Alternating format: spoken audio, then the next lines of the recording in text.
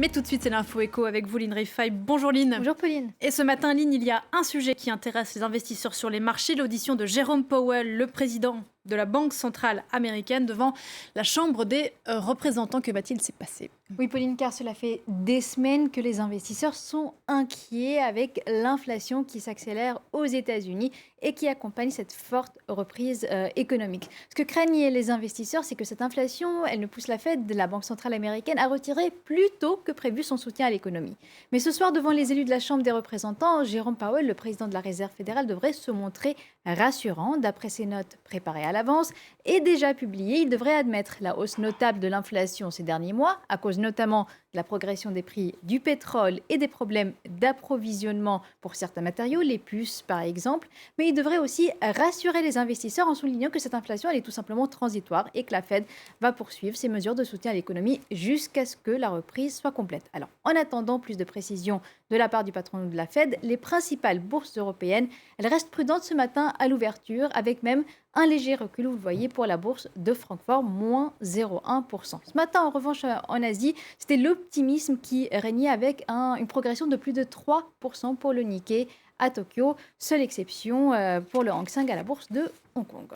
Il n'y a pas, Lynn, que la politique américaine qui intéresse les investisseurs, il y a aussi le cours du Bitcoin. Oui, le Bitcoin qui a connu ces dernières semaines des fluctuations spectaculaires après avoir atteint des sommets à plus de 63 000 $ en avril. La première des crypto-monnaies a perdu environ la moitié de sa valeur et s'échange ce matin autour de 32 000 $.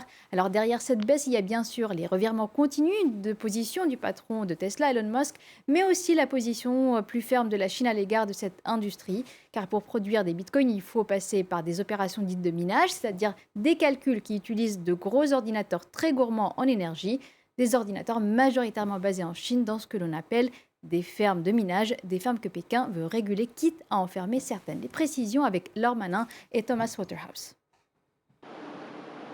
À minuit, heure locale, ce dimanche, la prise a été débranchée dans le Sichuan.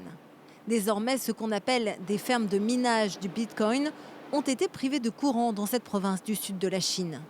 Les ordinateurs de ces entreprises tournent en permanence pour effectuer des calculs mathématiques en faveur du réseau Bitcoin. En échange, elles sont payées avec cette crypto-monnaie dont le cours a atteint 63 000 $ en avril 2021. En tout, ce sont 26 mines qui ont reçu l'ordre de mettre un terme à leurs activités. Et selon le journal d'État, le Global Times, les fermetures de la semaine dernière ont entraîné l'arrêt de plus de 90% de la capacité d'extraction de la crypto-monnaie dans le pays. Pékin a également ordonné aux gouvernements locaux de mener l'enquête pour localiser et fermer d'autres mines de Bitcoin.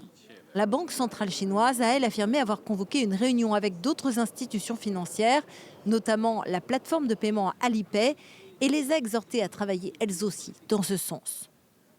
Le commerce spéculatif des monnaies virtuelles met en péril l'ordre économique et financier, engendre des risques d'activités criminelles comme les transferts illégaux d'actifs et le blanchiment d'argent et met en danger le patrimoine des personnes.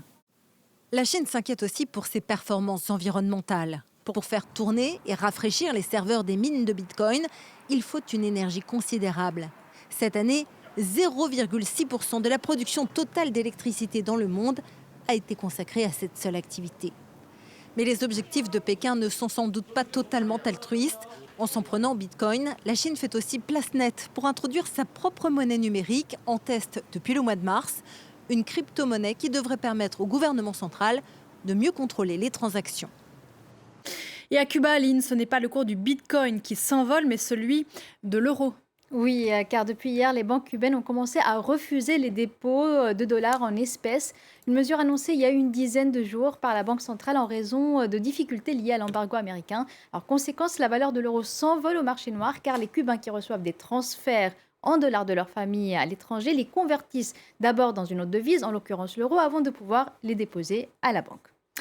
Et puis loin du marché des devises, quelques mots de celui du cacao. Oui, le cacao a beau être surnommé l'or brun, la plupart des planteurs continuent de souffrir de pauvreté. Alors pour améliorer leur situation, deux des principaux producteurs mondiaux, la Côte d'Ivoire et le Ghana, viennent de lancer une initiative pour leur assurer un prix rémunérateur. Objectif, garantir des revenus minimums aux cultivateurs avec le versement d'une prime au-delà du prix du marché. Car il faut savoir que les planteurs des pays tropicaux sont les parents pauvres de ce secteur. Ils ne perçoivent que 6% des 100 milliards de dollars par an que représente le marché mondial du cacao et du chocolat.